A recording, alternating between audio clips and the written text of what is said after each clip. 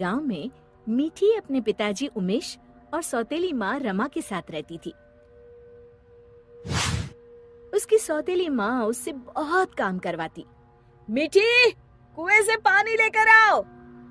हाँ माँ, अभी लाती हूँ। रास्ते में धूप से बचने के लिए वो एक लीची के पेड़ के नीचे खड़ी हो गई।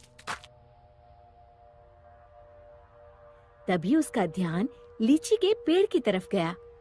लगता है इसको पानी की जरूरत है। मैं आज इसमें थोड़ा पानी जरूर डालूंगी।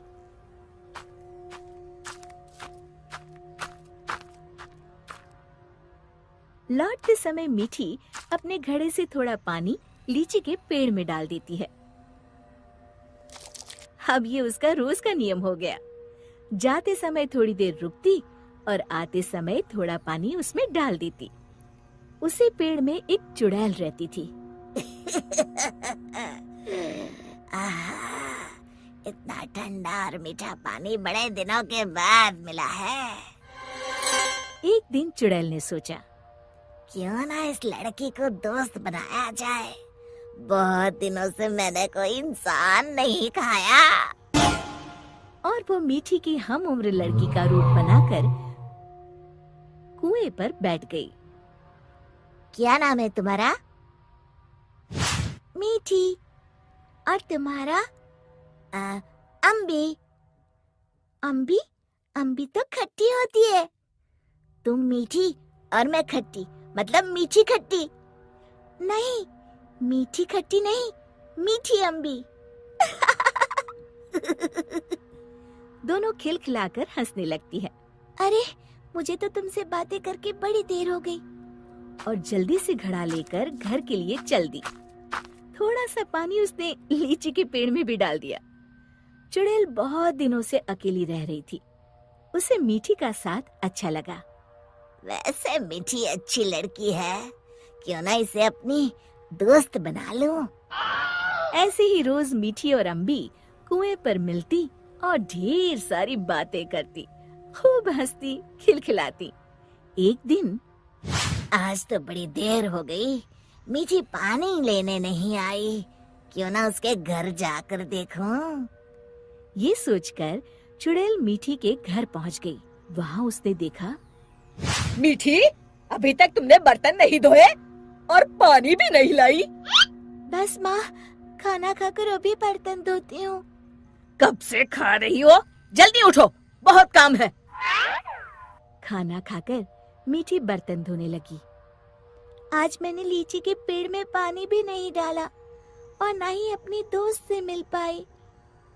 तभी चुड़ैल ने जादू से पूरे बर्तन 1 मिनट में धो डाले।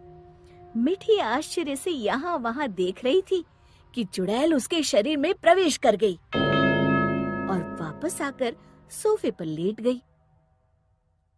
अच्छा, तो राजकुमारी आराम फरमा रही है। बर्तन कौन धोएगा? धुल गए। रमा को मीठी की आवाज भारी सी लगी। अच्छा, जादू से धोए हैं क्या? हाँ। अब झाड़ू कौन लगाएगा? कपड़े कौन धोएगा? तुम। और कौन? अच्छा, तो मुझे जवाब देती है। ये कहते हुए रमा ने मीठी का हाथ पकड़कर झकझोर दिया। पर मीठी रोज की तरह रोई नहीं, तो रमा को और तेज गुस्सा आ गया। मारने के लिए आगे बढ़ी ही थी कि मीठी ने उसका हाथ पकड़कर गोल घुमाकर छोड़ दिया। रमा तेजी से गोल गोल घूमने लगी। कुछ देर तक घूमने के बाद रमा ने एक बार फिर हाथ उठाने की कोशिश की। इस बार एक धक्के में रमा घर के चारों कोनों में टकराई और फिर एक कोने में जाकर गिर पड़ी। अब जाकर कपड़े धो। जाती हूँ। वो आराम से सोफे पर लेटकर टीवी देखने लगती है। थोड़ी देर बाद रमा कपड़े धोकर कमरे में आई। जाओ, जाकर झाड़ू पोछा करो। रमा कुछ बोलने ही वाली थी कि मीठी की लाल लाल आंखें देखकर डर गई। लगाती हूँ, अभी झाड़ू लगाती हूँ। इतने में मीठी के पिताजी आते हैं। उन्होंने पहले कभी रमा को काम करते हुए नहीं देखा था। रमा, तुम काम क्यों कर रही हो? मीठी कहाँ है? रमा जोर जोर से रोने लगी और उंगली से इशारा किया जहाँ मीठी आराम से लेटी हुई थी। मीठी, मैं क्या देख रहा हूँ? मीठी के पिताजी उसका हाथ पकड़कर उसे उठाते हैं, पर मीठी को देखकर बुरी तरह डर जाते हैं और पीछे हट जाते हैं। ये देखकर मीठी के शरीर में घुसी चुड़ैल जोर जोर से हंसती है।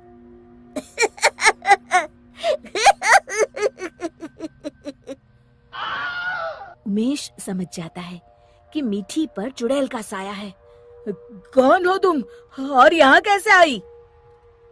तभी चुड़ैल मीठी के शरीर से निकलकर लहराती हुई सामने खड़ी हो गई और गूंजती हुई आवाज में उसने कहा, मैं अम्बी हूँ। क्या कहा?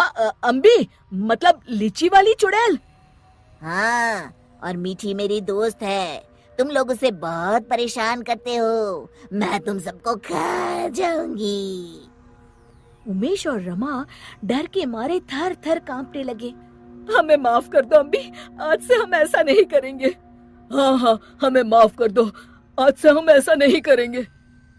मैं कसम खाती हूँ, मीठी को अपनी सगी बेटी की तरह ही रखूंगी।